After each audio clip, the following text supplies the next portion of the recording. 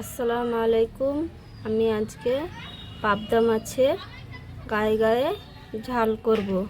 মাছটা কেটে নিচ্ছি। আমি পাবদা মাছ কেটে নিয়েছি। এরকম করে পাবদা মাছটা আমি কেটে নিয়েছি। রান্নার জন্য নিচ্ছি দুটো পেঁয়াজ বাটা, কালো জিরে নিয়েছি, সাদা জিরে, লঙ্কার গুঁড়ো, হলুদ গুঁড়ো, নুন স্বাদ মতন। এখানে একটা পেঁয়াজ কুচি নিয়েছি, কাঁচা লঙ্কা কুচি, আদা রসুন বাটা, সর্ষে জিরে বাটা, টমেটো দুটো কুচি নিয়েছি, ধনে পাতা কুচি নিয়েছি। আমি পাবদা মাছটায়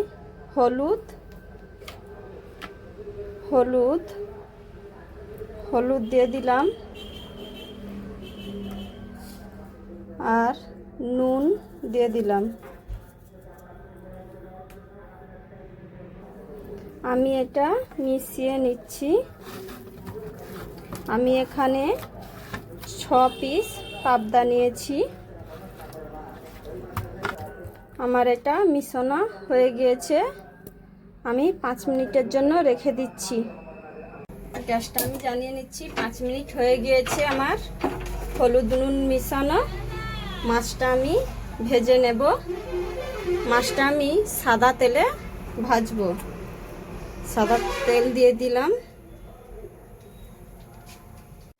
তেল গরম হয়ে গিয়েছে। মাছগুলো এবার আমি তাওয়াতে দিয়ে দিলাম।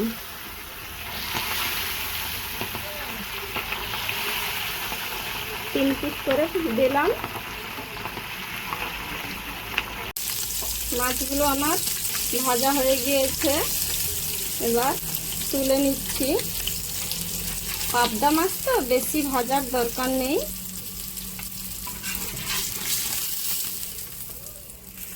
আর যে 3 পিস আছে ওগুলো দিয়ে দিলাম।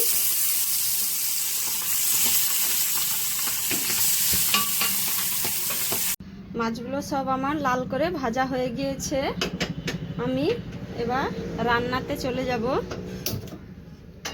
গ্যাস জ্বালিয়ে কড়া বসিয়ে দিলাম। কড়াটা মধ্যে আমি সরিষা তেল দেব। সরিষা তেল আমি রান্নার জন্য ইউজ করছি। তেল গরম হয়ে গিয়েছে। আমি কালো জিরে দিয়ে দিলাম পরিমাণ মতন। চা চামচের হাফ চামচে দিলাম সাদা জিরে দিলাম। আমি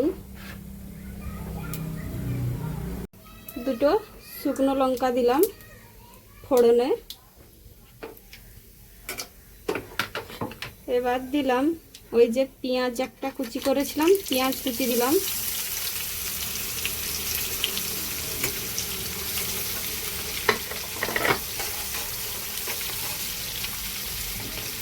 পেঁয়াজটা আমার লাল হয়ে আসা অবধি ভাজতে হবে।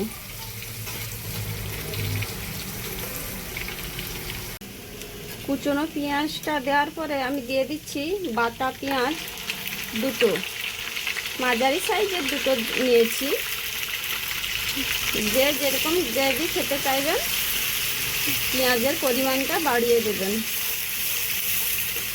আমি বাটা পেঁয়াজটা আরেকবার ভেজে নিচ্ছি। এর মধ্যে এবার দেব আদা কুচি। আদা দিয়ে দিলাম পেস্ট। আদার পেস্টটা দেওয়ার পরে আমি ভেজে নিচ্ছি একটু। মশলাটা কিছুক্ষণ আমি নাড়াচাড়া করে ভেজে নিচ্ছি। এবার আমি দেব লঙ্কা গুঁড়ো।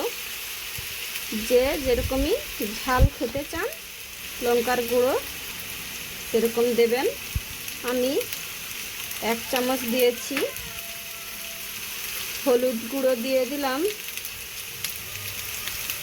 1 চামচের হাফ হলুদ গুঁড়ো। নুন দিয়ে দিলাম স্বাদ মতন। আমি মশলাটা ভেজে নিচ্ছি। মশলাটা ভাজা হয়ে আসলে আমি দুটো টমেটো কুচিয়েছিলাম, টমেটো কুচিগুলো দিয়ে দিলাম।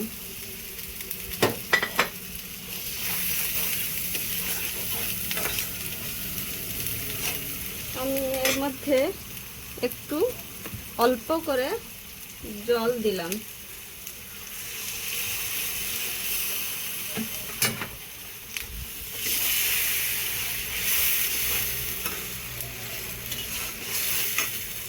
ওই যে জিরা সরষে বেটে রেখেছিলাম ওটা দিয়ে দিচ্ছি।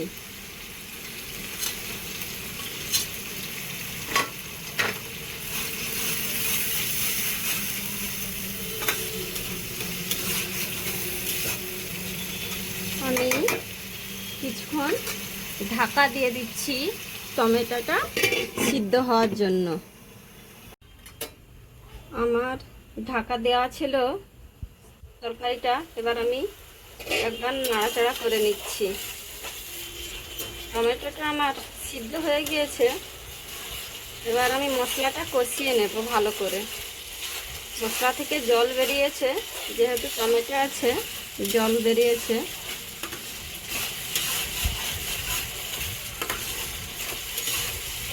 তেল ওঠা অবধি আমি মশলাটা ভালো করে কষাবো।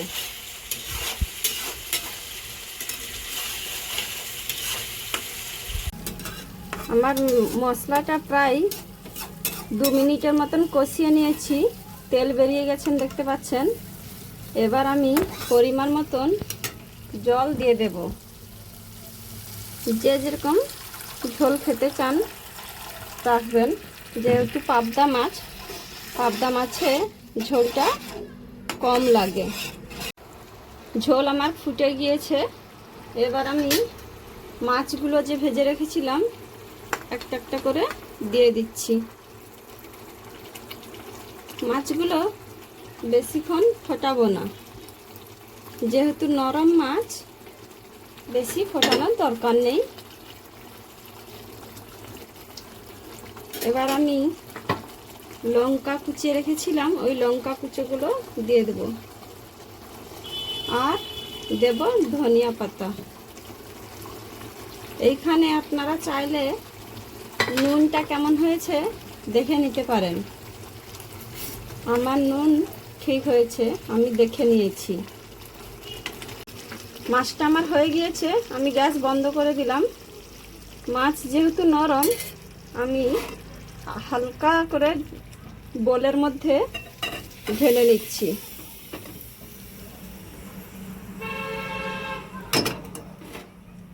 মাছটা আমার কমপ্লিট।